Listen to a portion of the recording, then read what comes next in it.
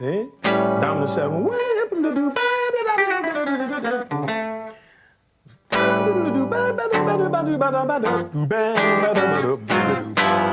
Right? Okay, so some cats use that. Some cats, now Montgomery and those cats, they would use a whole different substitute thing. You know, there's so many things you can do with that. Instead of playing B minor, A minor, D, I play this sometimes.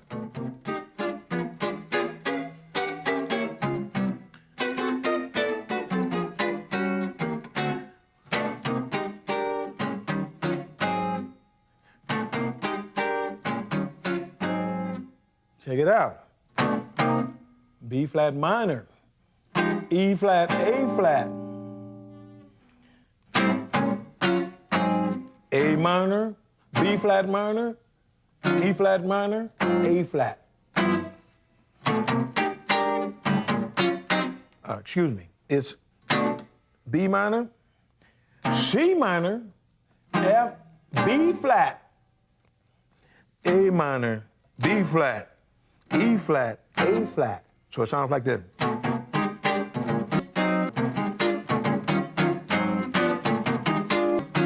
Much more interesting. We want Cantor, we want Cantor. And it can wear you out after a while. So it's much more interesting.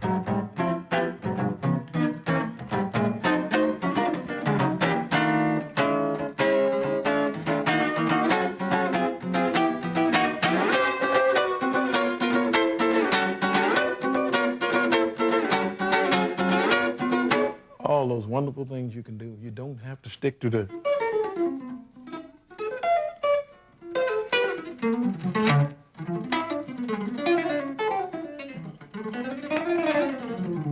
And that's not bad.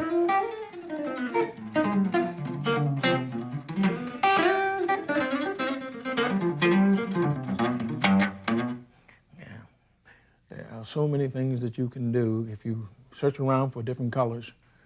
And use your own ideas. You don't have to settle for the ones that we came up with today. Experiment with them and listen to other songsters, other instrumentalists, the way that they approach things, and you'll be surprised. You might hear one thing that you like that will lead you off into a whole new world of harmony that will be more to your liking, or more to the way that you view things. And it'll be interesting to hear you play the next time I'm in your area.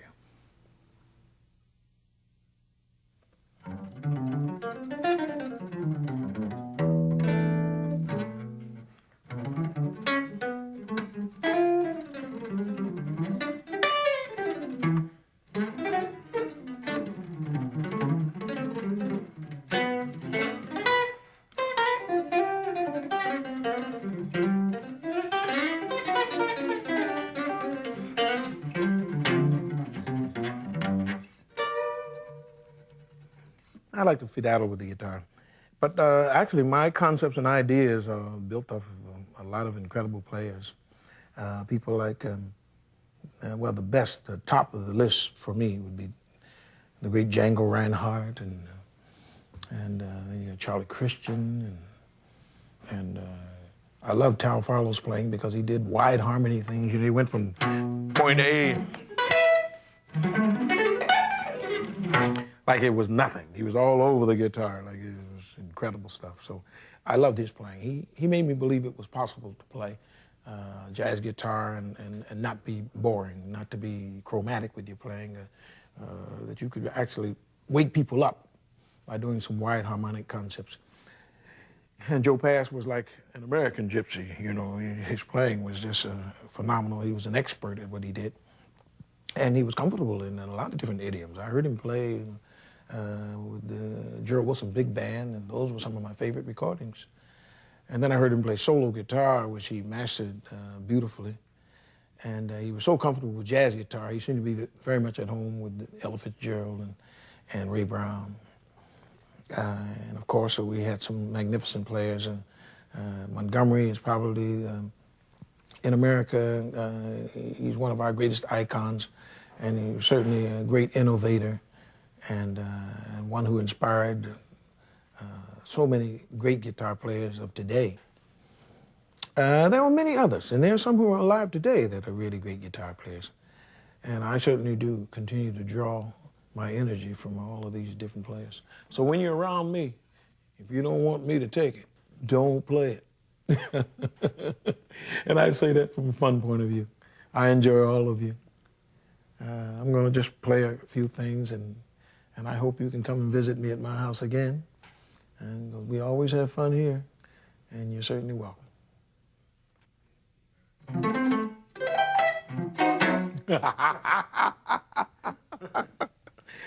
Okay, you running? Okay, all right.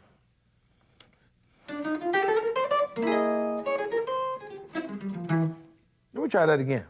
Here you go.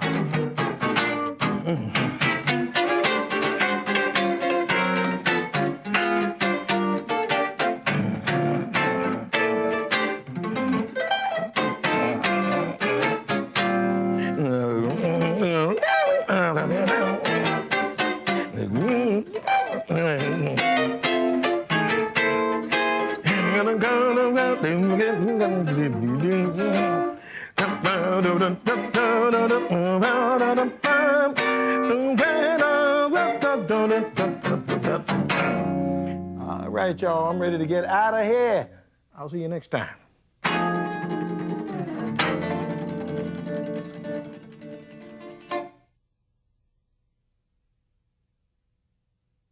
I wish I could have gotten to that thing. It's the Woody Show.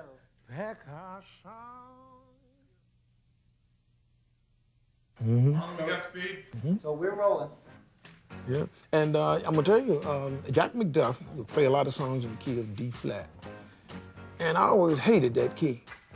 But later I found out there was nobody playing in D flat. That's why his group always sounded more interesting. Unique sound. Because people have that some sounds in their head all day. Everything they hear is in F and C and B flat. The minute you hit that A flat on Broadway, I was like, there it is. Right Right away, that's the tone. Yep. Right there. That's your And Breezin' was the same way. In that album, we did everything based on the key of D natural. Nobody's doing anything in D natural on public radio, on the, commercial radio. Everybody's in the common keys, F, G, B flat. Right. So everything we did related to that D minor, just about. Almost like there was a theme, subliminal theme. Yeah, that's right. The It was album. like a story that went throughout the whole album. Segued from one thing, and the composer, the arranger, he put these interludes in the album to melt things together, which was really nice. We segued from this particular mode to another. It was really ingenious. It happened actually by accident, but it was a mean way to go. Well, you could talk about that a little bit, but I think this idea, this jumping off point of that all the keys, there's a reason for a position or whatever on the guitar. Yeah. Reason to come up with it, and that, like, whatever. I mean, in the simplest of forms, it's like when people, they keep using capos, whatever. Yeah. It's not because that's the only key position they can play in. It's because they want that same sound, the same general sound.